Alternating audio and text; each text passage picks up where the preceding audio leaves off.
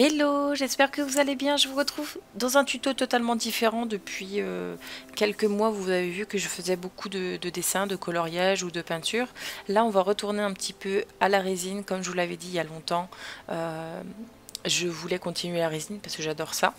Alors, pour vous situer un petit peu, je me marie au mois de mai et le thème du mariage, c'est les cristaux.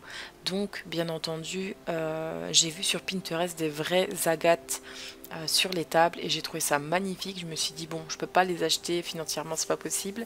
Et je me suis dit, on va les créer en résine, bien sûr. Et donc, comme vous le savez, j'ai été en partenariat avec Résine Pro, je vous mets tous les liens en barre d'infos, il y a 2 ans à peu près, et j'ai encore du stock parce qu'ils avaient envoyé beaucoup de choses. Donc c'est parti, je vais vous montrer tout ça. Vous avez même un code promo dans la barre d'infos, n'hésitez pas.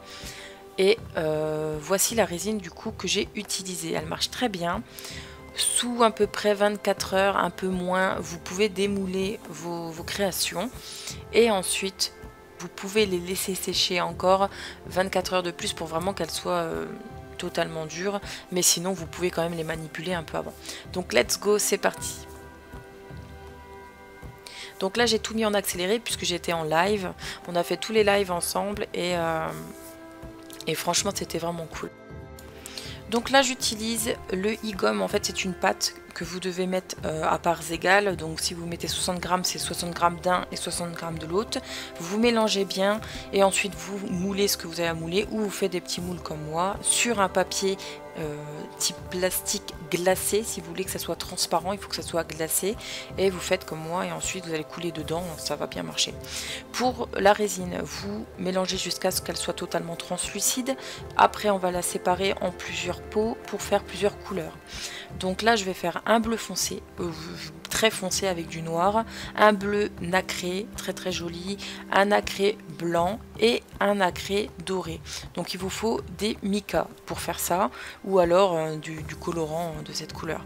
Donc là c'est parti, vous allez voir qu'il y en a qui vont couler, c'est normal parce que mon plastique est un peu alvéolé à des endroits, donc ça n'adhère pas beaucoup. Donc faites attention de bien être à plat pour n'avoir aucun débordement. Donc en fait c'est tout simple, vous prenez votre bleu foncé, vous en mettez tout autour, ensuite au centre vous allez remplir de bleu nacré comme vous pouvez le voir, et ensuite vous allez mettre aléatoirement au milieu du doré et du nacré blanc. Et ensuite avec une paille vous allez souffler un petit peu dedans et ça fait un effet juste trop beau je trouve. Donc là ça fait très évasé, il faut savoir que quand ça va sécher, la résine va se compacter un petit peu au centre, c'est normal. Donc là vu que j'avais un surplus, j'ai fait des dessous de tasses que j'aimerais faire un set complet quand j'aurai des invités, et donc c'était l'occasion de finir et du coup d'en commencer un et de finir la résine. Donc là vous voyez j'ai fait plein de petites décos aussi en plus parce que j'avais vraiment beaucoup de surplus. Une fois que vous avez laissé sécher, là c'était le lendemain, donc vous voyez c'est encore un peu flexible, mais ça passe, vraiment ça passe. Et je coupe les surplus. Là vous avez pu voir un effet, le premier test que j'avais fait avec des effets blancs que j'aime pas trop. Ça c'était la première version et je préfère nettement cette deuxième version.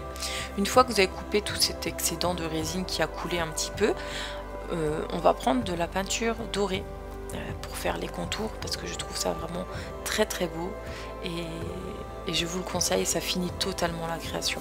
Donc voilà par rapport au faire-part, c'était un prototype, je voulais vous montrer très rapidement, ça peut ne faire que joli quoi. Donc là je prends de la peinture dorée, n'importe laquelle fera l'affaire. Après vous pouvez prendre des feuilles d'or, vous savez que vous appliquez qu'un produit pour que ça fixe, ça ne fera que plus beau, je vous le conseille. Et mais voilà, là c'était très bien de la peinture. Je vous conseille également de faire dépasser un tout petit peu la peinture sur les bords pour qu'elle soit plus visible au-dessus. Mais ça c'est vraiment au choix, hein. Je trouve que ça finit un peu plus la création, que ça soit vraiment très bien visible dans les côtés. Donc sinon c'est tout, en fait il n'y a que ça à faire. Au final ça prend très peu de temps, c'est seulement qu'on doit attendre que ça sèche et le résultat est top je trouve. Donc là je repeins les anciennes que j'avais faites parce que je ne vais pas les jeter. Et donc ensuite vous pouvez voir que c'est écrit Bastien, c'est un essai celui-ci, et toutes les petites agates que j'ai faites vont avoir un prénom de mis dessus, et je vous montrerai dans une autre vidéo comment j'ai fait. J'ai trouvé un appareil qui est pas cher du tout Action et qui fait nettement l'affaire. Donc vous verrez tout ça dans une autre vidéo. Donc voilà de plus près, ça c'est les pigments que je vous montre et franchement j'aime beaucoup. Ah, je vous ai pas dit, mais au centre je rajoute une toute petite pointe de translucide pour faire un petit effet comme vous pouvez le voir. Donc voilà pour cette vidéo, j'espère que ça vous a plu. N'hésitez pas à liker, laisser un petit commentaire et partager si le cœur vous en dit. Et je vous dis donc à très très vite. Ciao!